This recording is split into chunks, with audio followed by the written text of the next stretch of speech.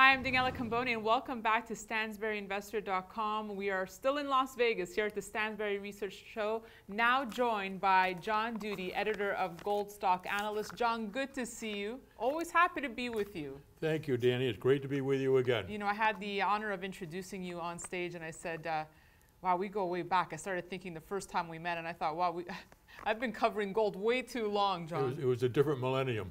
Yes, absolutely. But we've obviously seen all the ups and downs of this metal. Your talk was focused around gold.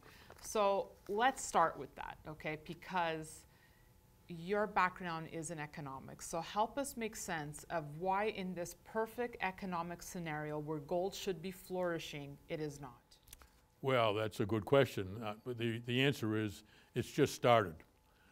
The economic impact of loose monetary policy and now 2 years of $3 trillion deficits is just beginning to get felt. Gold bottomed at just under $1,700 last March, and now it's at $1,800. And I think it's, it just takes a while to work its way through the system. You don't get it's not like a light switch where you turn on and turn it off. And so what's happening now is that we're beginning to feel the impact of all the inflation that's coming in. And all you have to do is pick up the newspaper or listen to the news. People are talking, they're on strike at various factories. The consumer price index is over 5%. The PPI is over 5%. That, it's just beginning to get felt. To get into the system. That's right. Because we're seeing empty shelves, there's a shortage of products, prices are going higher, people don't want to work, you have to pay more for people to work. So it's really getting into the weeds. The question is gold the ultimate inflation hedge, and do you think it's really proven this over history? Well, gold was $35 an ounce in 1971 when the price was set free. So that's really the modern day history of gold price. And now it's $1,800. So that's up 5,000%. And the average, it's about up about 8% a year. So it's proven itself over time. All the competitors are new kids on the block. We don't know whether they're going to be around. We don't know if they're going to be made legal. Right, new kids on the block. I think I know who you're talking about. It starts with a B. So when we talk about 1970s inflation, they said yes, gold, excellent hedge during that time. The question is, has Bitcoin now become the inflation hedge? Oh, I don't think so. You can't hold a Bitcoin in your hand. So, obviously it's a speculative play, in my opinion. The background technology, blockchain is a useful technology, no question about that. But why Bitcoin? Why not one of the hundreds of other coins out there? That it's too easy to get into that market. So what's your forecast now for gold, John? Well, we're on record as $3,000 an ounce by the end of this this bull market, and we're 2/3 of the way there. 2/3. So that brings us to what year, or how far? Why do I have to name the year? Yeah, no. People love timelines. Well, but in this current bull market, which I think has got a few more years to run, because it's going to take a while for the monetary policy, fiscal policy to really get into the system, and then finally get worked out of it. Let's talk mining stocks now, John. That was a big portion of your presentation. We all know you've developed a special formula which helps you pick the 10 top winners in gold mining stocks. You gave some tips to the audience today. Anything you can share with our viewers about what you look for when you're selecting these winners for your newsletter? Well, we're pretty fussy, as you know. Oh, yeah. And the basic criteria is that if it's a pre-production company, it needs a feasibility study. We want to know an independent engineering firm has looked at all the data, the drill data, the plans, and completed a feasibility study that says, yes, this makes sense as a mine.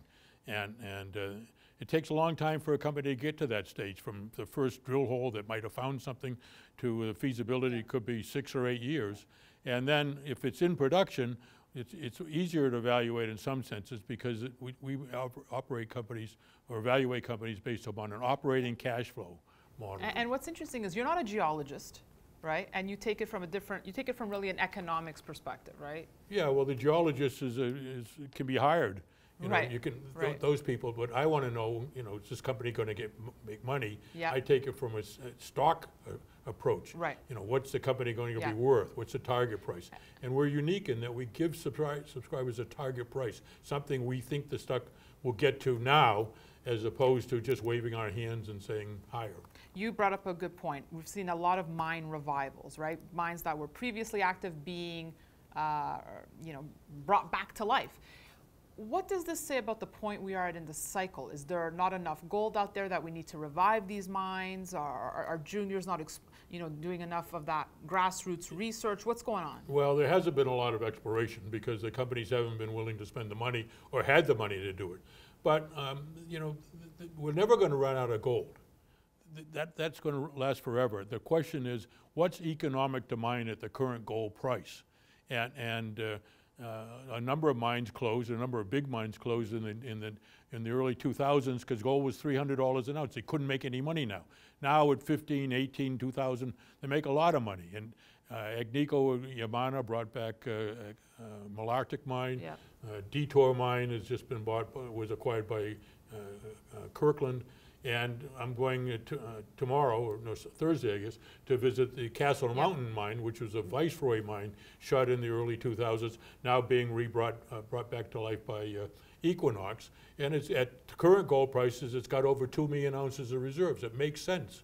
So it will make sense to mine gold from the ocean at $10,000 an ounce. I had Ian Telfer on recently, as you know, gold mogul, former chairman of Goldcorp. He had an interesting thought, and I'm curious to get your opinion on it. He said that the error that a lot of gold miners are doing today is there's too much emphasis placed on paying out dividends, right, to appease the marketplace, and not enough on reserves, not enough on exploration. Do you agree? Well, if he's right, that's good for gold price because there won't be as much gold coming on the market, right. So gold price will go higher. All right. Thoughts on silver? Do you like silver these days? I do, but I like silver because it's a derivative of gold. Silver is gold on steroids. And when gold gets going, silver gets roaring.